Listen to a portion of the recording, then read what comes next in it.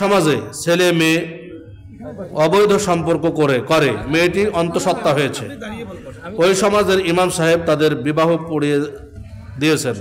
এখন প্রশ্ন হলো, এই বিবাহটি কি শরীয়ত সম্মত হয়েছে? জাযাকুমুল্লাহ খাইরান। যদি এই ধরনের কোনো কর্মকাণ্ড সংগঠিত হয়ে থাকে, পরবর্তীতে যদি তাদের বিয়ে দেওয়া হয়ে থাকে, তাহলে বিবাহ সঠিক হয়েছে যদি শরীয়ত মেনে বিবাহ দেওয়া হয়, এবং তারা যদি তওবা করে থাকে বিবাহ দেওয়া হয়। বিবাহ অবৈধ হয়নি, বিবাহ বৈধ হয়েছে। তাদের আগের পাপের জন্য তারা দুনিয়াবি যেটা শাস্তি, যেটা ব্যত্রাঘাত, তবে এটা আদালত করতে পারবে, আদালত ছাড়া অন্য কেউ করতে পারবে না। আদালত যদি না করে আদালতের হিসাব দিবে, কিন্তু তাদের বিবাহ সঠিক হয়েছে।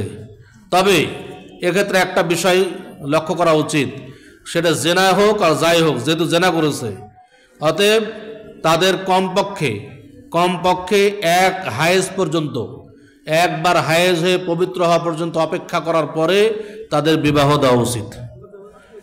আশা করি বুঝতে পেরেছেন। আল্লাহ তাআলা আমাদের সকলে বোঝার তৌফিক দান করুন, আমিন। আসসালামু আলাইকুম ওয়া রাহমাতুল্লাহি ওয়া বারাকাতুহু। শুকরান, জাযাকাল্লাহু খাইর।